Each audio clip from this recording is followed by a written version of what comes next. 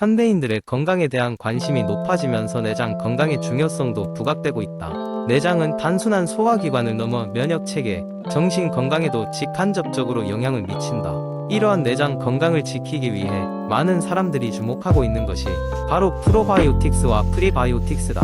프로바이오틱스는 우리 몸에 유익한 살아있는 미생물이다. 유산균이나 비피더스균 등이 대표적인 프로바이오틱스로 장속 유익균 수를 늘려주어 장내 환경을 개선하는 역할을 한다.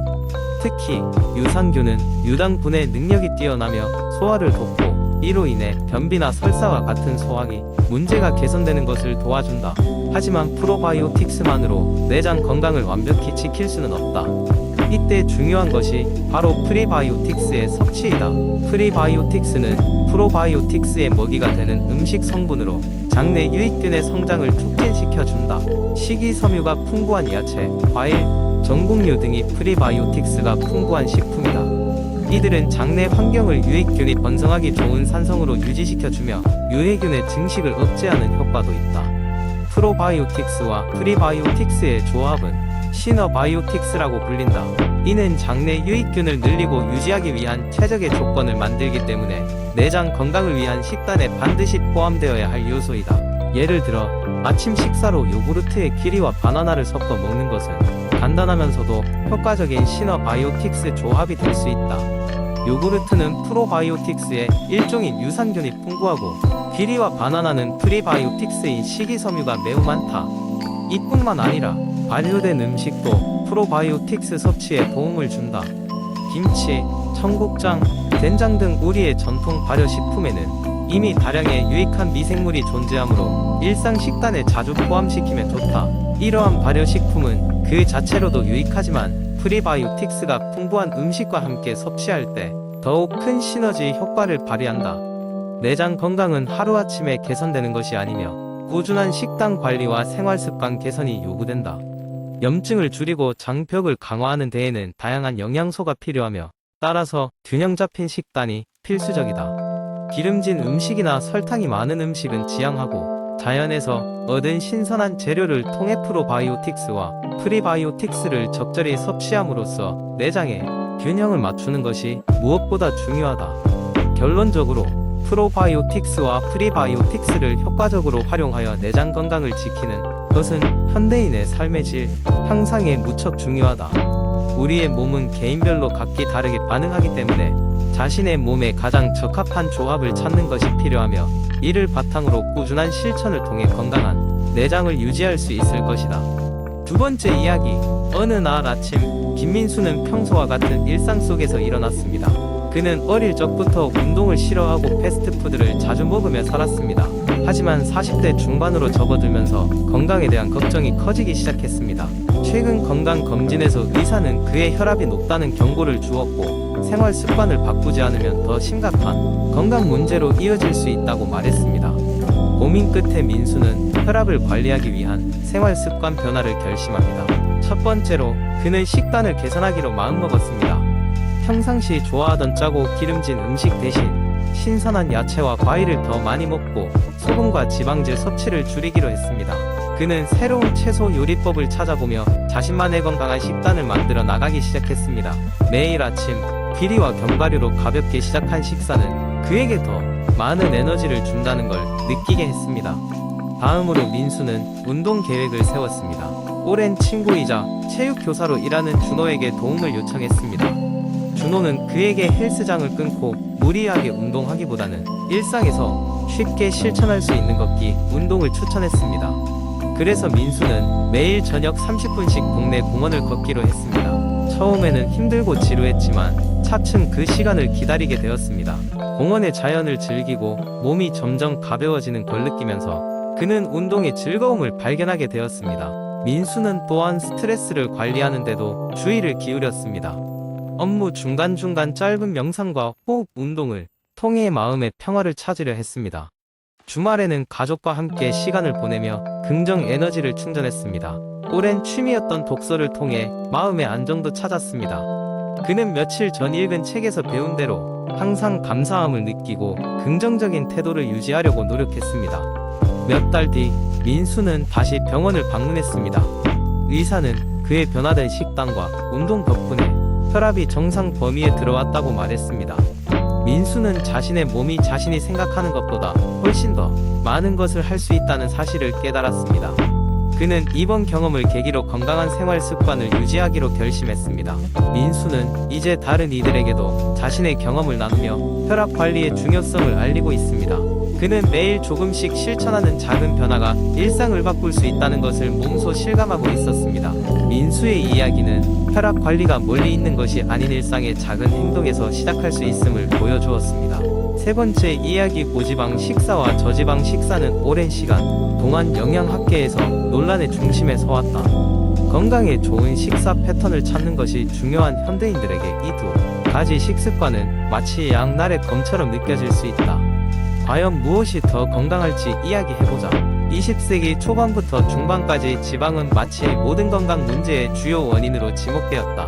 특히 1970년대와 1980년대에 걸쳐 많은 국가에서 지방 섭취를 줄이는 것이 체중 감량과 심혈관 질환 예방에 도움이 된다는 인식이 확산되었다. 이로 인해 저지방 다이어트가 인기를 얻었고 지방 함량이 낮고 탄수화물 함량이 높은 식품들이 대거 출시되었다. 그러나 시간이 지나면서 이 접근 방식에 대한 의문이 제기되기 시작했다.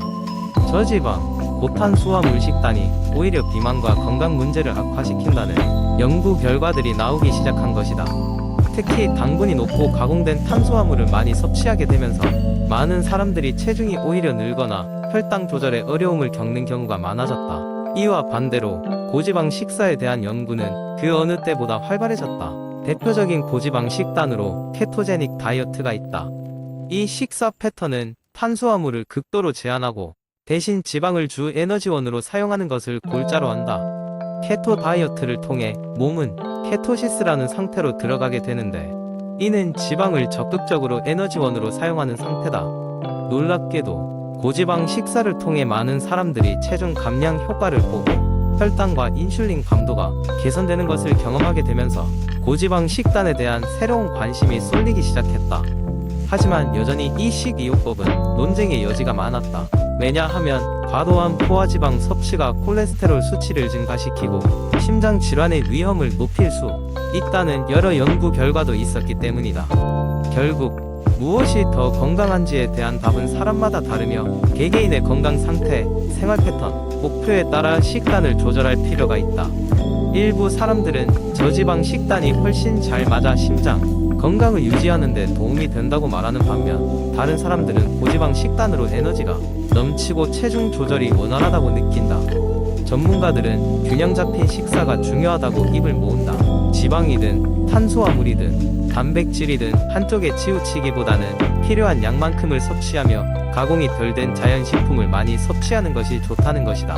또한 누구에게나 맞춤형 식단을 짜기 위해서는 전문가와의 상담, 특히 영양사나 의사와의 상담이 필수적이다. 결론적으로 고지방 식사와 저지방 식사의 대립은 단순히 누가 맞고 틀리다의 문제가 아니라 각 개인의 건강 목표와 신체 상태에 따른 선택의 문제라고 할 수 있다. 무엇보다도 건강한 식생활은 결국 지속 가능한 습관으로 배양해야 한다는 점을 잊지 말아야 할 것이다. 네 번째 이야기, 가을이 깊어지는 어느 날 미세먼지가 도시를 덮고 감기 바이러스가 나날이 극성을 부리던 시기였다. 한가로운 오후 도심 속 작은 카페에서 할머니와 손자가 대화를 나누고 있었다. 손자는 최근 감기에 걸려 고생한 기억이 있어 할머니에게 건강에 좋은 음식을 묻기 시작했다. 할머니는 차분한 목소리로 이야기를 시작했다. 옛날 우리 조상님들이 나무 아래에서 발견한 다양한 음식들 중에는 손자가 궁금해하는 면역력을 높이는 슈퍼푸드들이 많단다. 이 음식들은 단순히 몸에 좋은 것이 아니라 건강하게 오래 사는 비결이기도 해. 할머니는 첫 번째로 마늘을 이야기했다. 강력한 살균 효과가 있는 마늘은 수세기 동안 자연적인 항생제로 사용되었고 요즘 사람들 역시 요리에 빠뜨리지 않고 사용하고 있다고 했다. 마늘은 비타민C도 많이 포함하고 있어서 아주 좋아. 꿀을 넣어서 마늘을 절여 먹기도 했었지. 두 번째는 생강이었다. 생강차를 목이 아플 때 자주 마시고 중국 의학에서도 자주 사용된다고 하셨다.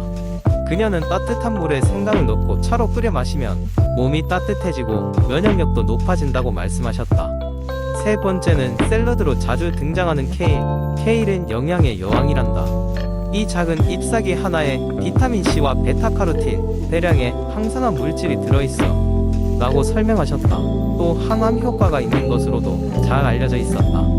할머니는 네 번째로 시금치를 꺼내 놓았다. 미네랄과 비타민이 풍부한 시금치는 면역력뿐만 아니라 피부에도 좋다는 이야기를 덧붙였다. 다섯 번째로 할머니가 말한 것은 숙주였다. 숙주는 비타민 B와 C가 풍부해서 감기 예방에 큰 도움을 준단다 라고 하신 후 숙주는 소화에도 좋다고 하셨다. 손자가 귀를 쫑긋 세우며 질문을 하자 할머니는 여섯 번째로 피망을 꺼내 놓았다. 여름에 푸른 피망이 가을과 겨울에 부족하기 쉬운 미네랄과 비타민을 채워줄 뿐 아니라 기운도 북돋아 준다고 설명했다. 여기서 멈추지 않고 할머니는 7번째로 블루베리를 이야기하셨다. 항산화 작용이 강력한 이 베리는 면역력을 높이며 노화를 방지한다고 하면서 블루베리 요거트를 권하셨다. 넘어가기 전 8번째는 길이였다. 길이는 몸에 좋은 섬유질과 단백질이 가득해서 바쁜 아침의 아침 식사로 아주 좋다고 할머니는 즐겁게 말씀하셨다. 할머니의 이야기 보따리는 끝이 없었다. 9번째 식품으로는 노란색이 특징적인 강황을 언급하셨다. 그녀는 인도 요리에서 흔히 사용되는 이 향신료가 항염 효과로 유명하며 함께 섭취하면 좋을 비타민 D와 조합하곤 한다고 덧붙였다. 마지막으로 할머니는 불로초로 유명한 표고버섯을 이야기했다. 면역력을 높여주는 베타글루칸이 가득한 표고버섯은 소화도 돕고 우리 몸에 아주 좋은 균형을 맞춰준다 라고 하셨다. 할머니가 들과 이야기를 마치고 함께 카페를 나설 때 손자는 건강을 위해 어떤 음식을 선택할지 알게 되어 뿌듯한 표정을 지었다. 손자는 할머니께 꼭 건강 비법을 실천해 보겠다고 약속하며 집으로 돌아갔다. 이렇게 할머니와의 소중한 대화는 손자의 새로운 건강 습관을 만들고 면역력 강화의 첫걸음을 내딛게 한 날이었다.